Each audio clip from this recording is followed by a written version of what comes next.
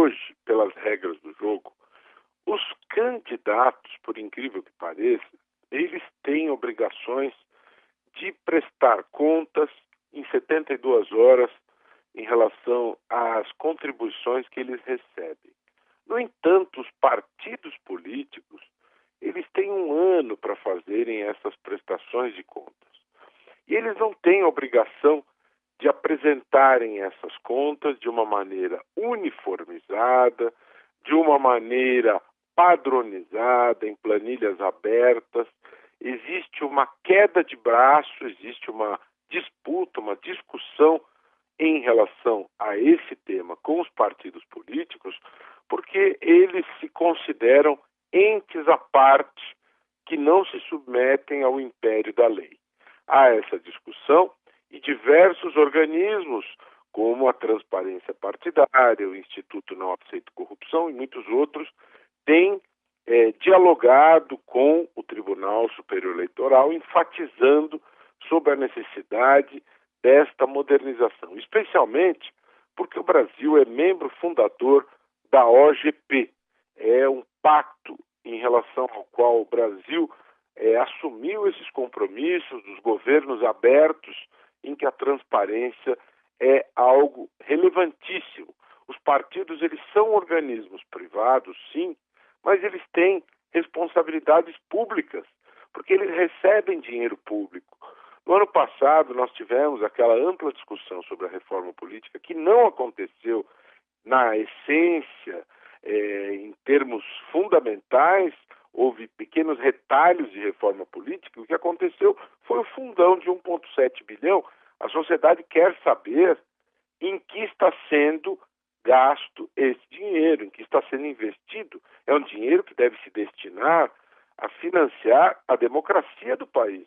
Ele deve se destinar a financiar as campanhas, mas de que forma isso se distribui? As pessoas têm o direito de saber como é que esse dinheiro é distribuído, as prestações de contas, accountability, é algo absolutamente elementar nesse momento em que nós completamos aí um ciclo de 6 anos de vigência da Lei de Acesso à Informação Pública. Isso é algo que parece elementar, mas o que parece nem sempre é o que parece, né?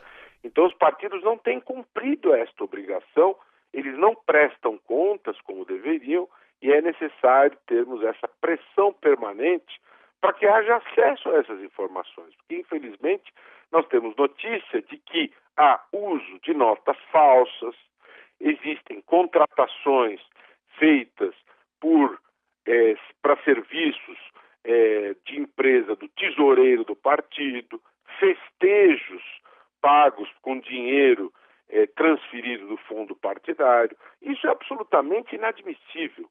O dinheiro que vem dos tributos, ele não pode se prestar a esse tipo de finalidade. Isso, a nosso ver, é algo que tem tudo a ver com o patrimonialismo que nós não queremos ver na gestão dos partidos. Os partidos, eles devem ser geridos de maneira honesta e responsável. A transparência, esse acesso à sociedade, ele é absolutamente imprescindível para que os cidadãos possam fiscalizar como esse dinheiro é empregado, para que as pessoas possam fazer as suas escolhas nas eleições, verificando de que maneira os partidos são administrados, como eles se comportam, e fazendo as suas escolhas de acordo com estes métodos de gestão. Isso é absolutamente cidadão, isto é absolutamente compatível com a ideia de república, não é? Agora, a gente tem esse problema do prazo, né? Todo mundo esperava, então, que esses dados chegassem ao público dia 1º de junho. E depois houve esse adiamento até 1º de... exatamente, 1º de junho era a sinalização feita pela presidência do TSE, e isso não se cumpriu, e o argumento que foi utilizado pela presidência do TSE foi de que seria necessária uma conferência das informações antes da disponibilização a público. Penso que o fato da Rádio Eldorado, do Grupo Estadão, estarem pautando esse tema é de extrema relevância.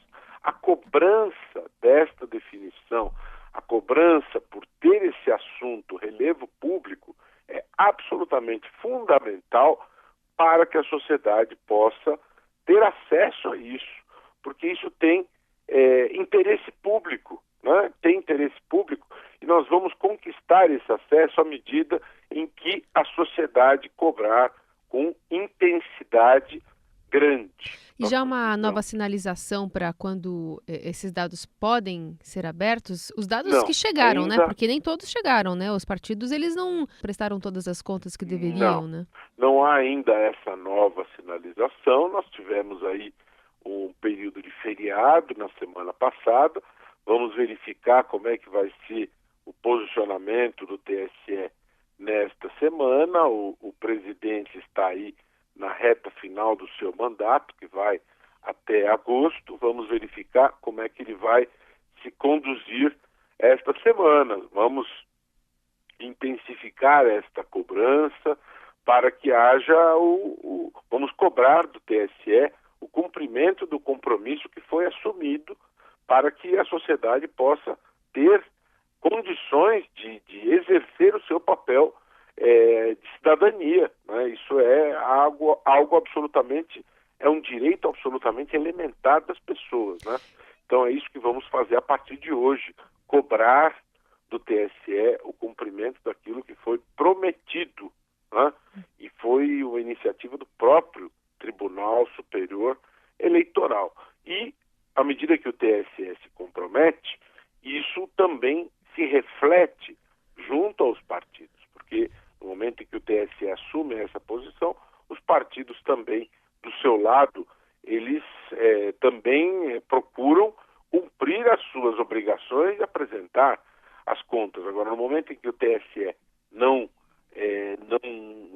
disponibiliza isso, fica difícil verificar quem apresentou as contas, quem não apresentou as contas, porque você fica sem o acesso para fazer essa verificação, não é, Carolina? E só para concluir também, acho que é importante colocar essa informação aqui para o ouvinte, que os partidos fizeram uma atuação ferrenha para não aprovar essa adoção obrigatória de um sistema informatizado para prestação de contas, né? O PMDB recebeu quase 80 milhões de reais no fundo partidário no ano passado e é autor dessa petição. PT, que também assina, é o partido que mais recebeu do fundo, um montante de 98 milhões e meio de reais.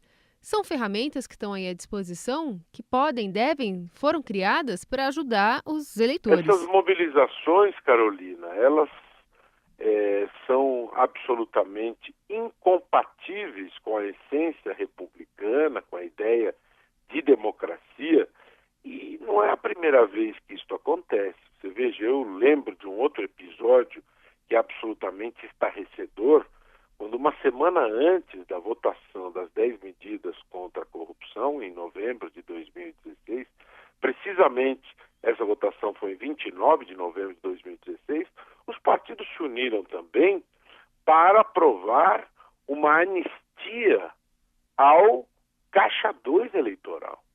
Quase todos os partidos se articularam para anistiar toda e qualquer infração praticada tendo por objeto o Caixa 2 eleitoral. À exceção de 4 partidos que não concordaram, pretendiam aprovar aquilo em votação secreta no Congresso, né? Então, isto não é, infelizmente, novidade no nosso cenário político, e isso se repete, e o prejudicado, infelizmente, é o cidadão, né?